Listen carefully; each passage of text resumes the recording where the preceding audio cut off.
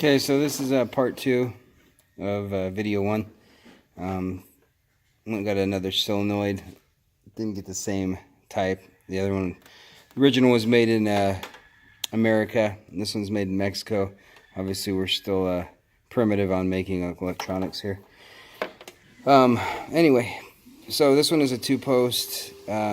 This is a recommended replacement, which is an ST80 by Echlin. You get these at NAPA. I usually have them in stock.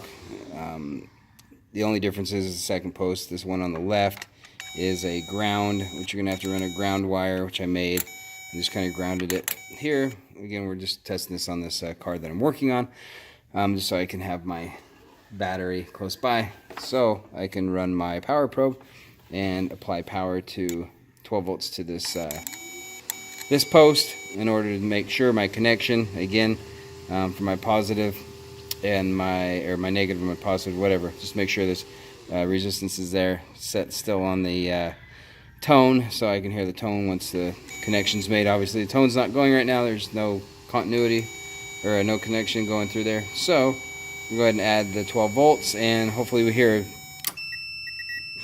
there's our sound, and we have a good connection, good ground, and we're holding.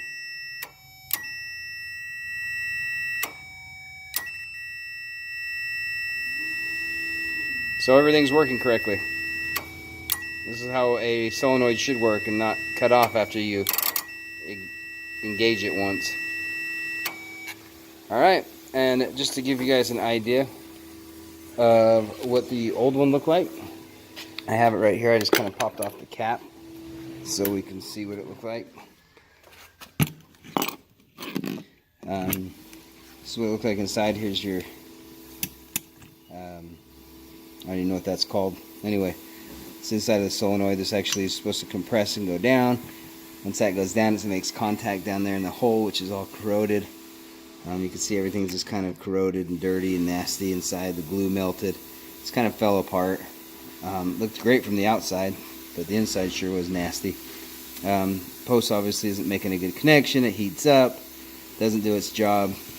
These posts come off. You can clean it out and replace it and try to do your best to save $45, but I'd rather just pay the $45 because I know this is going to fail again in the future. But anyway, again, this is what goes down. The plunger plunges down, makes a connection on the bottom, and that's where it's kind of failing. It's either coming up or it's just too corroded, and I don't really feel like messing with it. I'll just replace it. So again, this is what we replaced. We replaced it with an ST80 Echlin from NAPA. Just ask them for ST80. You don't need to worry about the rest of the parts. And this should work. I'll post if it doesn't.